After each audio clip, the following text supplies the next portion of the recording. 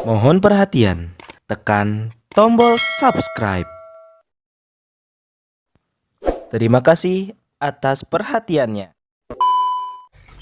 Anies itu berpikir visioner ke depan, dan itu kita rasakan gubernur yang terbaik lah menurut saya. Selama Jakarta ini, Anies sebagai gubernur yang terbaik. Wajar lah kalau misalnya ada beberapa partai mencalonkan dia untuk jadi presiden, karena kan mereka kan bukan ujuk-ujuk karena like and dislike, tapi karena kinerja, dan juga karena mereka lihat aspirasi masyarakat. Dari figur-figur yang ada itu memang yang figur Anies Baswedan yang paling pas itu untuk menjadi presiden.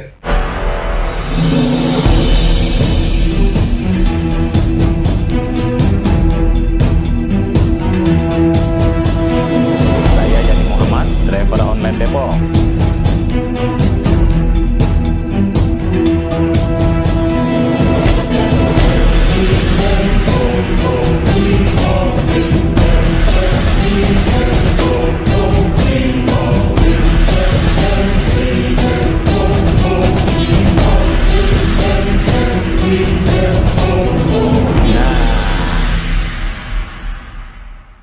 Assalamualaikum warahmatullahi wabarakatuh. Saya Yani Muhammad, driver online Depok. Sahabat Popole yang ada di langit dan di bumi, kali ini saya ketemu Profesor Dailami Firdaus atau yang sering disapa sebagai Bang Dailami. Nah, kita mau korek nih soal Bang Dai, apa aja nih, tapi kita akan mengobrol soal yang khusus lah, yaitu soal Pak Anies Rashid Baswedan. Nah, kita ditemani juga dari Bang Iwan Pajajaran ya. Oke, nah ini Bang Iwan. Nah, kita langsung aja ke Bang Dailami. Assalamualaikum Bang. Waalaikumsalam, apa kabar? Alhamdulillah. Lama kita nggak ketemu ya, waktu hajatan Betawi ketemu ya terakhir ya. Betul Bang. Nah, saya kali ini bawa rekan ini Bang. Iya, Bang Iwan Pajajaran. Alhamdulillah, terima kasih bisa silaturahim di tempat saya. Seneng banget ini kita bisa ngobrol-ngobrol. Amin. Iya. Bang, kita mau ngobrol soal Pak Anies Rashid Baswedan gimana? Boleh, nggak apa-apa. Oke, Bang, satu nih yang sebagai pembuka. Abang ini kan dikenal sebagai seorang profesor, jadi bergelut di bidang akademik ini udah lama sekali. Nah, siapa yang ingin tahu tanggapannya Bang Dailami sebagai akademisi atau tinjauan Bang Dailami terhadap Pak Anies itu dari sisi akademisi itu gimana gitu? Ya, kalau Pak Anies, beliau memang seorang akademisi juga kan. Beliau kan sebelumnya ada rektor di Universitas Paramadina kan. Dan beliau juga pernah menjabat sebagai Menteri Pendidikan waktu era Pak Jokowi yang awal kan. Ya, memang saya melihat beliau ini figur yang mumpuni lah kalau dalam bidang akademis, sudah nggak ada keraguan lagi. Ya. Dan saya melihat memang apa yang disampaikan ataupun dari tutur kata, tutur bicaranya mencerminkan kemampuan akademis yang tinggi gitu. Nah, itu menurut saya pandangan umumnya seperti itu. Satu poin aja kira-kira yang bisa untuk contoh pada masyarakat ini, kebanyakan awam sekali kan melihat dari sisi akademisi, terutama masyarakat awam itu kira-kira apa kira-kira? Ya, dia figur yang kredibel, yang mampu untuk membaca situasi. Itu nggak semudah itu. Artinya kalau dipuji dia nggak tersanjung, tapi dicela dia juga tidak emosi gitu. Ya, itu susah loh. Itu kan emotional question juga. Nah, itu. Jadi Pak Anies punya hal itu, dan itu sangat dibutuhkan untuk seorang pemimpin. Walaupun dia kan seorang pemimpin kayak pohon ibaratnya kan, semakin tinggi angin semakin kencang. Tapi dia mampu nggak mengatasi gejolak emosinya itu. Nah, itu nggak mudah juga. Nah, seperti itu. Kalau Pak Anies mampu nggak itu tadi sebagai makin tinggi, makin banyak terpaan angin, kira-kira mampu nggak? Kita lihat aja sekarang, selama menjabat sebagai gubernur kan kita tahu banyak mereka-mereka yang terus, tapi dijawab dengan senyuman kan, dengan senyuman, dengan kerja, bukan dengan membalikan kata-kata, tapi dengan kerja, dengan bukti.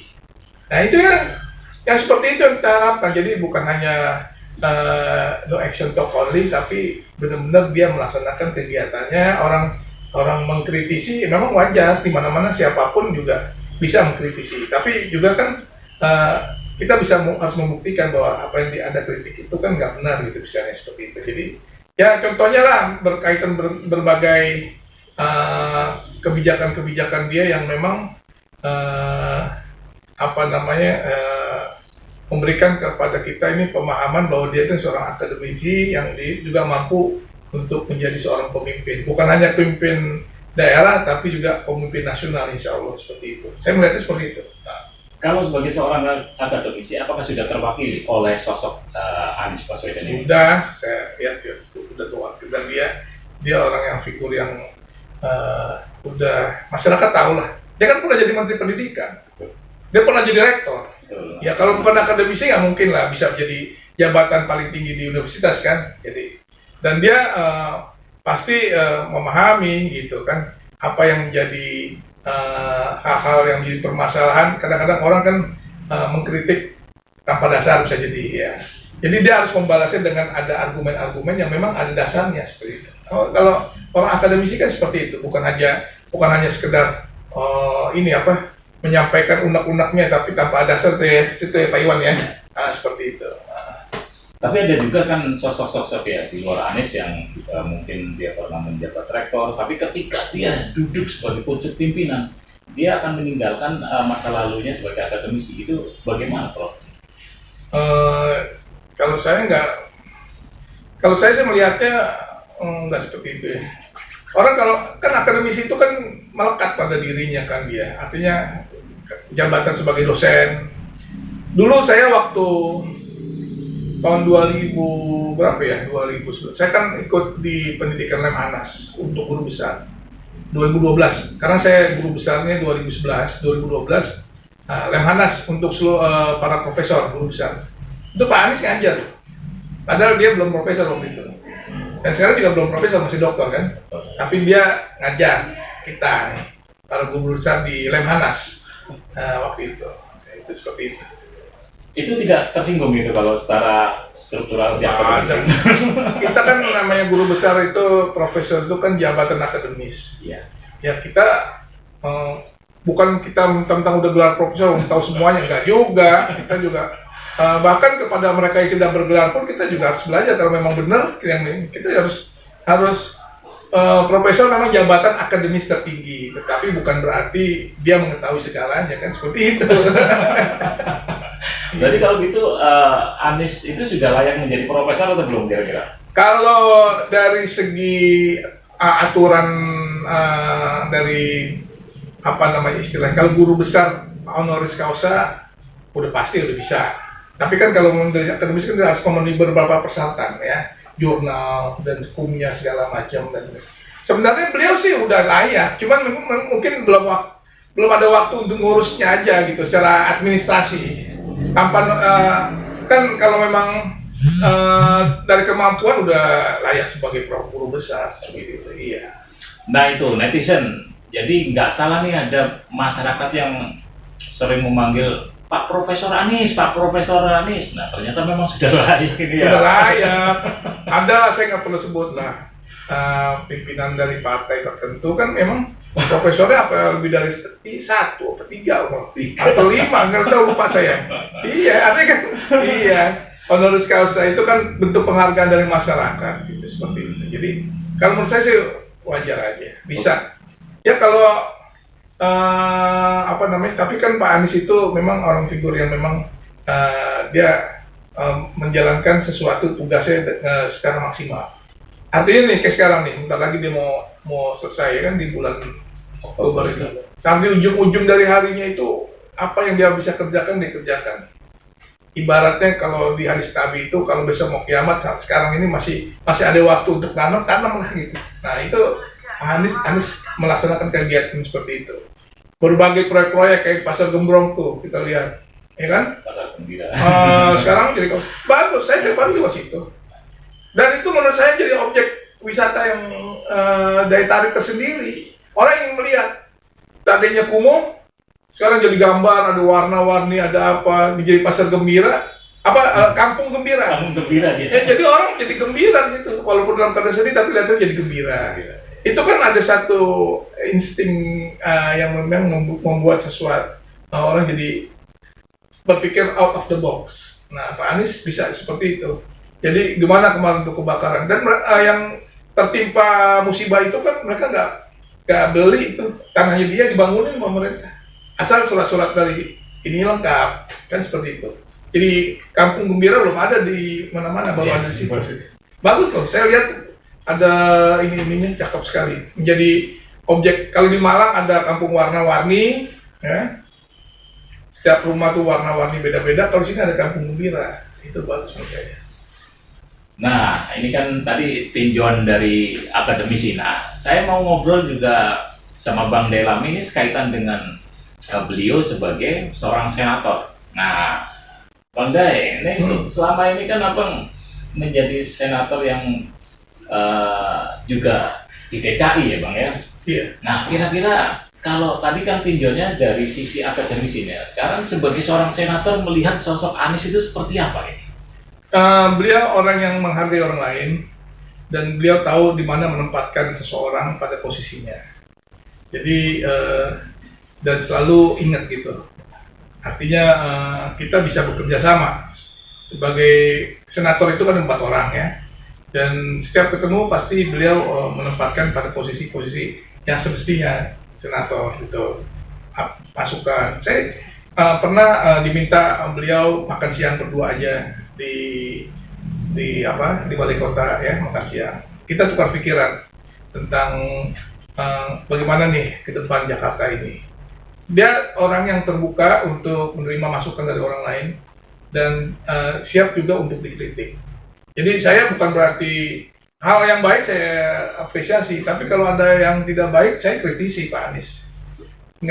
Bukan berarti saya tidak berhubungan baik, tapi untuk kebijakan-kebijakan yang memang sedikit agak misalnya bisa memberikan dampak yang kurang baik buat masyarakat, pasti saya kritisi. Saya nggak ada istilahnya malu-malu, ya saya sampaikan aja. Dan dia orang terbuka kok. Kalau kita menyampaikan dengan baik dengan hal yang ini, pasti dia terima kalau memang itu. Dan menurut saya figur seorang kayak Pak Anies ini memang jarang. Jadi beruntunglah Jakarta ini 5 tahun yang lalu dipimpin sampai sekarang ini dipimpin oleh Pak Anies. Banyak sekali kemajuan-kemajuannya kita apresiasi dari mulai pedestrian, jalur jalan, juga banjir. Tapi bukan berarti parah. Artinya begini, kayak misal gelas nih. Gelas ini kapasitasnya berapa ya? 200 mili. Tapi yang dituangin adalah 1 liter gitu, kan pasti tumpah. Tapi cepat untuk bisa surutnya begitu kan. Kita lihat berbagai tempat seperti itu. Yang biasanya di daerah Kampung Melayu tuh kan, dulu banjir bisa. Tapi sekarang kemudian nggak lagi. Daerah dekat saya, rumah saya Durensawit itu bahkan nggak banjir. Nah nggak tahu ya, kalau saya juga kaget tuh di daerah-daerah seperti kayak Bakulus atau sebelah sana yang Fatmawati yang banjir segitu parahnya ya. Ya tapi kita juga kan nggak bisa berasumsi. Ya. Harus berdasarkan fakta. Jangan kita bilang oh ini kalau ada disumbat. Ya kita ada buktinya ada nggak? Kalau memang jangan kita memfitnah. Nggak boleh begitu. Kalau memang ya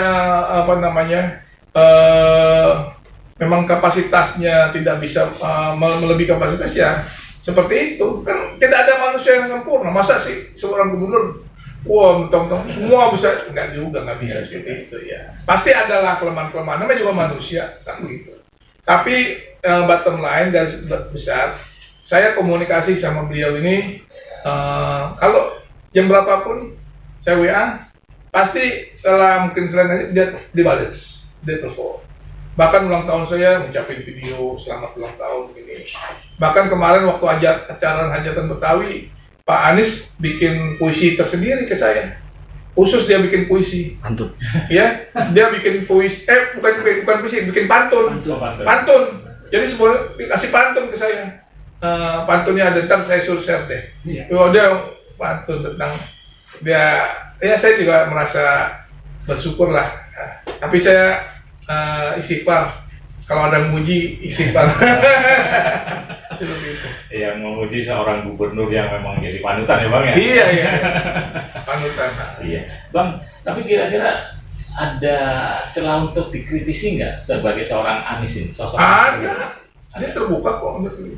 Ya, kan seorang pemimpin itu kan dia juga jangan fobia dengan kritikan. Kritikan itu kan justru memberikan kita kinerja semakin baik ke depannya. Kalau orang nggak mau kritik, berarti orang itu ABS dong, asal bosan senang, asal bapak senang aja. Kalau saya, walaupun saya sama Pak Anies dekat, tapi kalau kebijakan-kebijakan yang sifatnya itu tadi saya sampaikan, saya kritik aja. Nggak ada yang saya, nggak enak, nggak saya sampaikan aja. Satu contoh kira-kira apa yang pernah dikritisi dan akhirnya dilaksanakan gitu kira-kira. Lupa saya itu banyak. Ada di YouTube ya? bukan di jejak digital saya. Oh gitu ya. Bisa aja dilihat tentang Bang Dailami di Google ya, Mbah Google cek. Gitu ya? Banyak tuh ada pasti ada. Oh gitu. Mbah Google dilihat. Karena ada netizen yang mengatakan gini Bang, hanya satu yang nggak bisa dicari, yaitu celah kesalahan Anies katanya sekarang. Apakah itu benar sebagai seorang Bang Dailami gitu kira-kira? Kalau saya memang belum ada kesalahannya apa ya? Ya belum. Netizen sampai frustasi untuk mencari kesalahan gitu loh. Jadi bagaimana ini sebagai? Iya, saya juga begitu sama. Saya belum lihat kesalahannya. Belum ada ya. Apa Pak Nade Pak? yang kritik saya kepada Pak Anies. Yang substansi nggak ada. Nggak ada ya.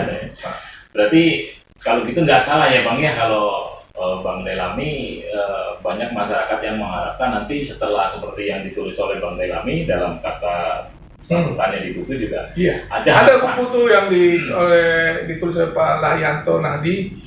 Saya diminta komentar saya tentang Anies, itu bisa dibaca juga ya. Itu harapannya kan ada Bang. Kira-kira Bang Dailami sekarang ini harapannya untuk Anies itu ke depan itu seperti apa? Ya, dia bisa memimpin, ya mudah-mudahan jalannya dimudahkan untuk menjadi pemimpin di negara ini. Kalau dan bersinergi dan dengan baik dia yang mendukung maupun yang tidak mendukung. Kebijakan-kebijakannya harus pro rakyat. Ya, bagaimana masyarakat ini bisa dicarikan jalan keluar. Kan resesi dunia ini kan 2023 termasuk bisa mengenai Indonesia juga. Jadi kita harus mengambil langkah-langkah yang memang yang bijak. Ya, permasalahan-permasalahan hukum terutama kan di mana banyak instansi-instansi seperti kayak kepolisian sedang diuji kan dengan berbagai kasus-kasus juga.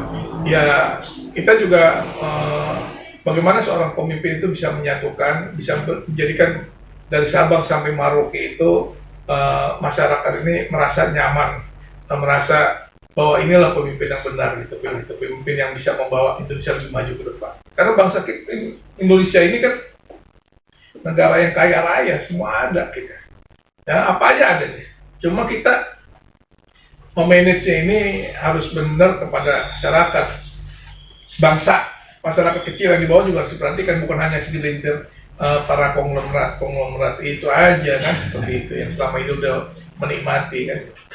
Bang, satu lagi nih untuk pertanyaan terakhir, Abang kan melihat sosok Anies itu humanis. Nah, bisa nggak dijelaskan apa sih yang dimaksud sosok Anies sebagai yang pemimpin yang humanis, lalu menyelesaikan pekerjaan dengan humanis? Kira-kira seperti itu? Iya, pertama dia kalau ketemu orang kan senyum dan juga lawan maupun kawan gitu kan, dia tahu bahwa ini nggak dukung atau dia ini, tapi dia nggak mau menampakkan dirinya sebagai seorang yang ini, tapi dia merangkul kan, seperti itu. Merangkul itu susah juga kan. Sebelum ini kita lihat ada gubernur kita yang dulu kan, ya orang baru mau ya udah dibentak-bentak, bahkan kotoran-kotoran yang 3 huruf itu keluar, ya kan?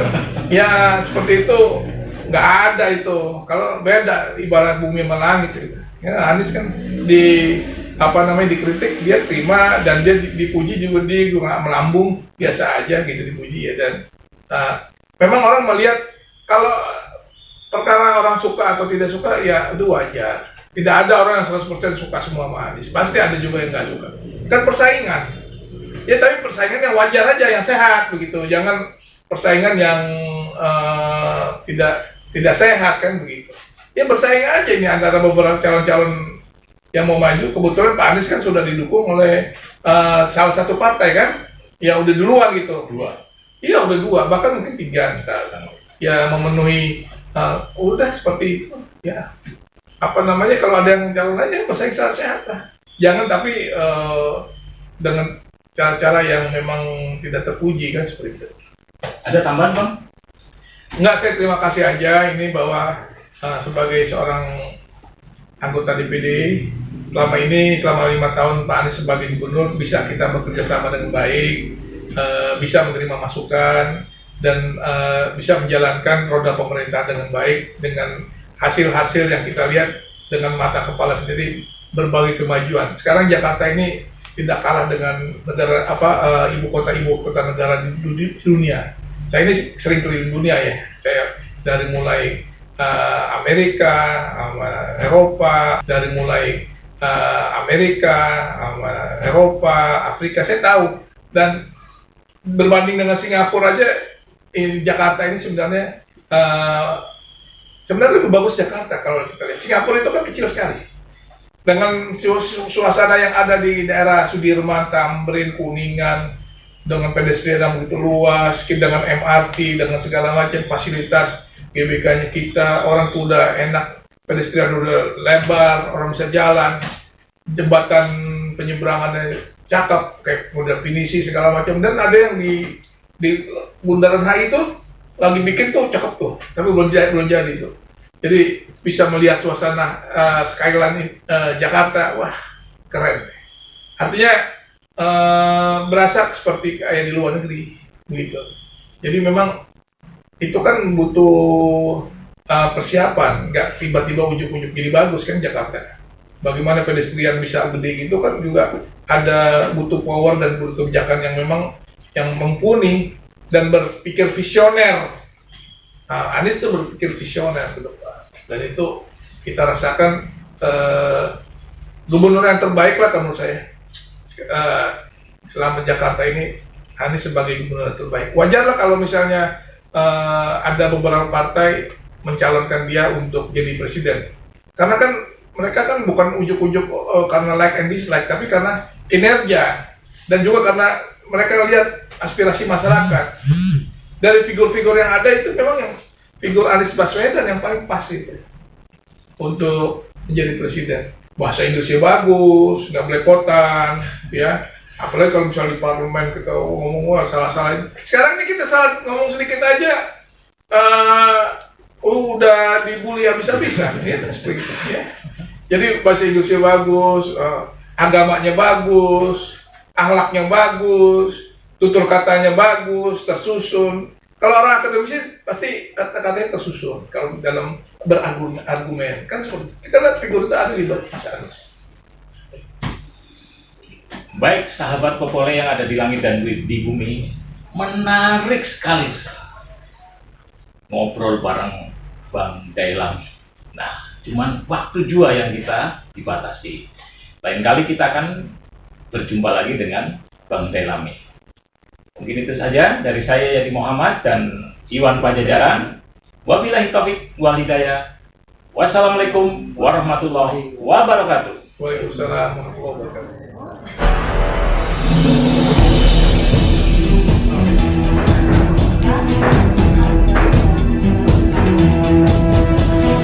Saya Yadi Muhammad, driver online Depok. Ada juga mau